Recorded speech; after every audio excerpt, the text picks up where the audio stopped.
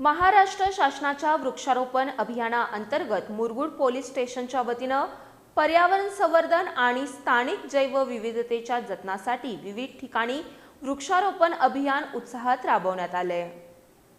महाराष्ट्र शासनाच्या वृक्षारोपण अभियानाअंतर्गत पोलीस स्टेशन परिसरात 100 देशी वृक्षांची लागवड करण्याचा संकल्प करण्यात आला असून दूधसागर महाविद्यालयाच्या परिसरात 150 स्थानिक प्रजातींच्या वृक्षांचं वृक्षारोपण करण्यात आलं। पोलीस स्टेशन परिसरात जांभूळ, फणस, कडुलिंब, वड, पिंपळ यासह विविध देशी वृक्षांची लागवड करण्यात आली। पर्यावरणाचे संतुलन राखणे, भविष्यात अधिक हिरवळ निर्माण करणे आणि वृक्ष संवर्धनाची जनजागृती करणे हा या उपक्रमाचा प्रमुख उद्देश आहे। मुरगुड पोलीस स्टेशनच्या हद्दीत दरवर्षी वृक्षारोपण करून झाडांचं संगोपन करण्याची परंपरा कायम ठेवली जात असून यावर्षीही 100 झाडांची लागवड आणि संवर्धन करण्याचा निर्धार करण्यात आला।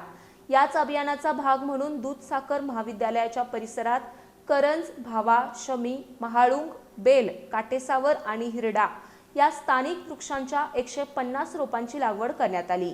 या वृक्षांची निवड महाविद्यालयाचे प्राचार्य डॉक्टर संजय पाटील, सेवानिवृत्त प्राध्यापक आर.के. पाटील यांच्या मार्गदर्शनाखाली तसेच राष्ट्रीय सेवा योजनेच्या विद्यार्थ्यांच्या सहकार्याने करण्यात आली। कार्यक्रमाला महाविद्यालयातील प्राध्यापक, विद्यार्थी आणि विद्यार्थिनी मोठ्या संख्येने उपस्थित होत्या।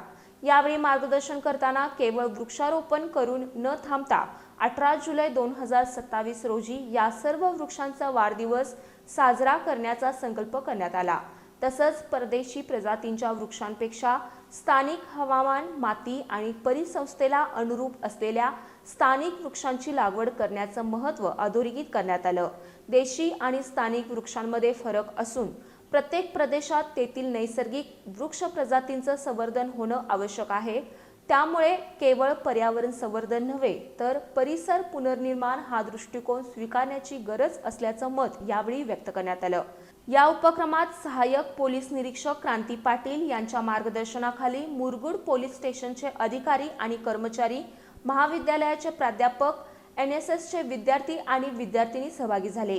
उपस्थितांनी वृक्षारोपण करून पर्यावरण संरक्षणाची सामूहिक शपथ घेतली।